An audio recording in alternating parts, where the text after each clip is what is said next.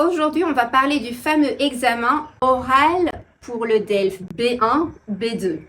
Cet examen est assez particulier parce qu'il ne suffit pas de maîtriser la langue française, mais également montrer qu'on est capable d'argumenter. En effet, l'examen a un format très particulier. C'est important donc de connaître les différentes étapes parce qu'en tant qu'examinatrice, j'ai vu plein de candidats qui perdaient des points tout simplement parce qu'ils n'étaient pas préparés au format.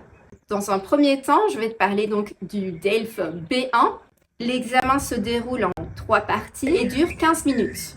Dans la première partie, tu dois montrer que tu es capable de te présenter.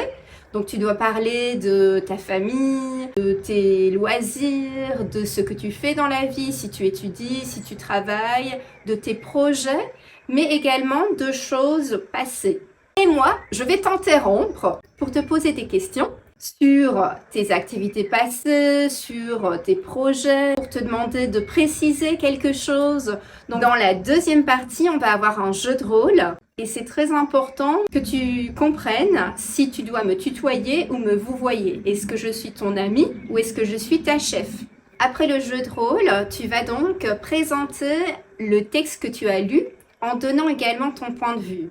Ce serait bien ici de résumer le texte en quelques lignes, mais également d'utiliser des connecteurs. Premièrement, d'abord, ensuite, enfin. Ça, c'est les classiques. Tu vas éventuellement présenter le plan. Voilà, d'abord, je vais vous parler des points positifs. Ensuite, je vais vous parler des points négatifs. Et ensuite, je vais vous donner ma conclusion. Ensuite, l'examinateur pourra te poser quelques questions. Passons maintenant à l'examen oral du DELF B2. Ici, on évalue ta capacité à argumenter. Et ce sera donc davantage compliqué pour toi, justement parce que tu dois être capable de donner des arguments convaincants et pertinents. Ici, c'est très important. L'examen est plus long, il dure 20 minutes et il y a 2 parties. Dans la première partie, tu vas parler du texte que tu as lu.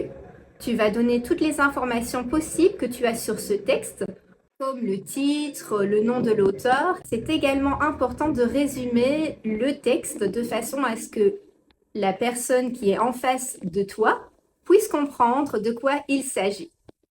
Ensuite, tu vas annoncer la problématique. Ce serait idéal d'annoncer un plan, mais ce n'est pas obligatoire.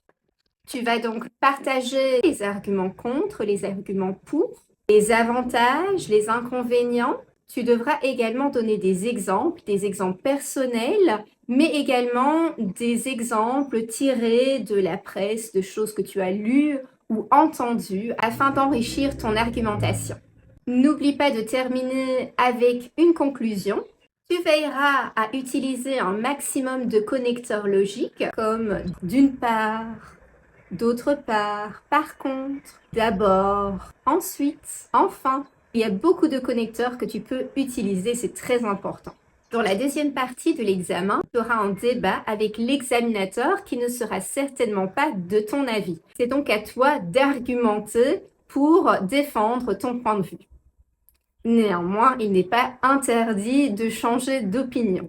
Si tu passes le DELF bientôt, alors je te souhaite bonne chance et j'espère que ceci t'aura aidé.